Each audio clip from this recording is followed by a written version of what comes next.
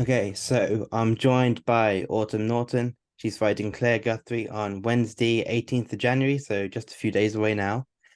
Invicta 51 in Denver. Autumn, how are you doing? I'm doing good. How are you? I'm good, thanks. Few days away from the fight. Just give us an insight into how you're feeling heading into this one and what these next few days are going to look like for you. I'm feeling good, feel confident. The nerves are always there. I'm nervous for every fight, but I know as soon as I get on the plane and head out there, they'll go away. So business as usual. Get out there, check in, work out a little, get the weight cut done, and then relax until it's time to go. Yeah. How soon are you heading out there? Because obviously you see fights at the weekend, people will head out sort of Tuesday, Wednesday, but obviously with Invicta, the cards on Wednesday. So what is that process like for you? We usually fly out the Sunday before, so Sunday morning I'll be flying out. Yeah, cool. Um, like we mentioned at the top, the opponent this time out is Claire Guthrie. Of course, someone we saw on the Ultimate Fighter recently. So when you first got offered this fight, what was your initial thought? Um, there wasn't too much of a thought process. I just wanted to fight, so she's who we got offered, and we said yes. Cool. And so what are your thoughts on her as a fighter, as a fighter, and as obviously your opponent in this one? What do you think of her?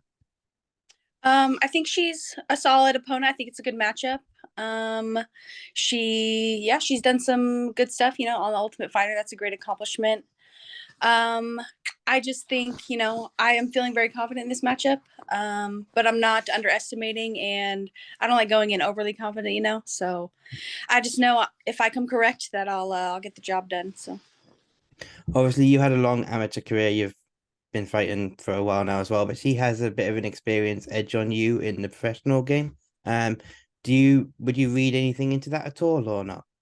No, I didn't really read much into that. I think everyone is different who you fight, and it's just you can't put people on a pedestal. And I mean, I've beat undefeated fighters a couple times. My second fight in Invicta, if you count her amateur and pro record, she was basically 10-0, and I beat her. I don't know, a couple people who never lost who fought me and lost. But like I said, everyone's different, and you know, you can't go in with the mindset of like every fight's going to be the same, or so keep an open mind and just be ready. Yeah. Of course, in addition to your fight, the main event is for the bantamweight title as well. So with a win against Claire, that's two in a row for you with the win here. How far away do you think you would be from fighting Tanisha or Talita Bernardo, whoever wins that fight? I would assume that I'm pretty close to a title shot. I know the other two bantamweights who are fighting after me. I know they're probably close to, but I mean, I just feel like it would just make more sense if I got the shot next because both of them have already fought Tanisha and lost, and it was recent. So I don't know, give someone else new a shot. Yeah. You had two fights in your pro career, and then you had that 3 year break. Obviously, the pandemic came at the worst time possible for you, really, at the start of Yeah. your pro career. But there were some other things which you touched on in your post fight interview. Three fights in now, though. For a few months ago, now you're back in there. Does it feel like you're starting to hit your groove now as a pro? Yeah, absolutely. And I made the move out here to Sacramento about a year ago, and just with my new gym and my new team, things have been coming together so well, and it just feels good to kind of get back on, the momentum. And I definitely plan on keeping the momentum up. There's a mountain to climb, so I'm ready to get it done. Yeah. Um, you mentioned obviously the start of your pro career there. You had a long amateur career. You debuted in 2012, I think. And then didn't go pro until 2019. So what do you feel looking back made that the right time for you to go pro as opposed to just trying to rush it and go earlier? And do you look back and see that as something that was beneficial for you, or is there a part of you that thinks, I wish I could have gone pro a bit earlier?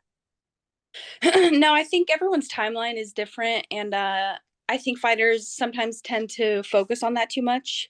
Um, but yeah, like I said, everyone's timeline is different. And at the time when I was an amateur, I was still working like a full time job. I used to be a correction officer, so it was very, very long hours, and didn't have much time to train. So I kind of hit a crossroads and was like, well, do we want to fight or do we want to work this job that I hate forever, you know? And so I was um, chose the obvious answer and quit my job, started training full time. Things have just been, they got a little wobbly for a while at my previous town where I lived in, but yeah, like I said, since I moved here, things have just been like nothing but amazing. Yeah, you mentioned your time as a corrections officer. I wanted to touch on that a little bit. How do you think having a role like that before MMA benefited you into coming into the sport? Because a few things. There's probably correct me if I'm wrong, that's probably kind of a male dominated industry as well. Yeah. Yeah, absolutely. Um, and also just the kind of role, the kind of things you would have to do in that role. Do you think part of that was beneficial into preparing for MMA? Yeah, probably. I think I don't know, like a lot of stuff, it's not it's correction working in corrections probably isn't what people think it is, sure there are definitely some bad moments and times that tend to get a little scary, but um I don't know, made me develop a little bit of thicker skin and I learned some witty comebacks from working that job, so When you're on the bigger stage, you get in the press conference, those are always going to come in handy, right? oh Once yeah, you're, that's for once you're sure. in the UFC, you're on the stage for the press conference, you're set. Yeah, definitely. Yeah. Um, I wanted to touch on that post-fight interview that we mentioned. Obviously, after the last fight at Invicta 48, you talked about needing to get your mental health right and how becoming a better woman would help you become a better fighter. So I guess the question is just simply 6 months later, how are you doing? Very good. Things of just being in my gym really and just having all these people I have around me now.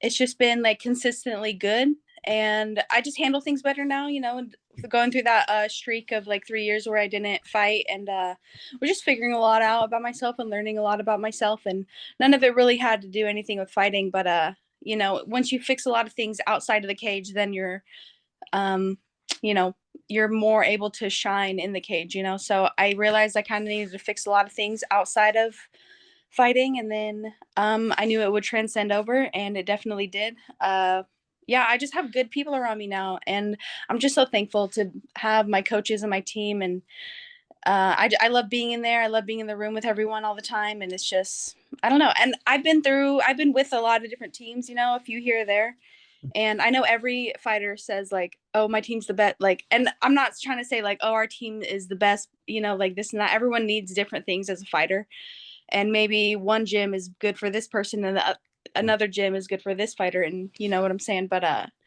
for me, like I'm definitely where I need to be, and I'm happy with my move and the choice I made to head over here. Was that something you knew you wanted to say after the fight, or was it just something that came to you in the moment?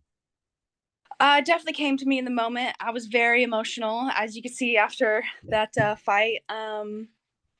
Yeah, there was just a lot of build up to that. It was kind of a nail in the coffin to a lot of stuff. So it just felt good to kind of put that behind me. And, you know, um, now it's just all business about the rest of my fights, I guess, So it felt good. And that's why a lot of emotion came out. And I'm glad it did because a lot of people have been asking about my speech. And so many people were like telling me, they're like, dude, I cried my eyes out after your speech. And I'm like, oh my God, you know?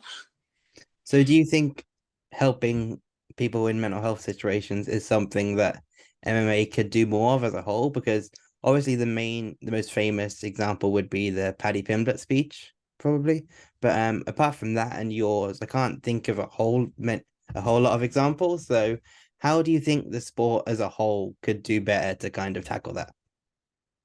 I think I think the sport as a whole, it could definitely maybe do something better. I think just fighters need to start speaking out and reaching out and shining light onto what mental health really means. And even though we're fighters, we're human as well. Like before we're fighters, we are human beings. So we have to kind of be in touch with that side.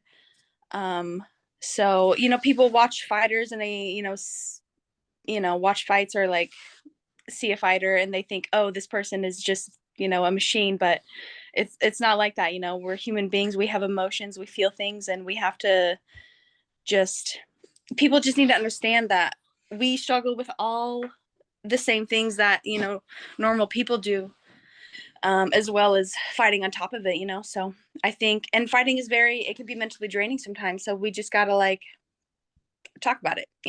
Just shine light on it, because it's very normal. It's a very normal thing. And it's important for people outside of the sport, media, fans, to kind of remember that as well. That, fighters aren't just a robot behind a screen, there's an actual Yeah. person there. And then you see, Yeah. like, when it comes to the whole issue of like social media abuse and things as well, that all relates.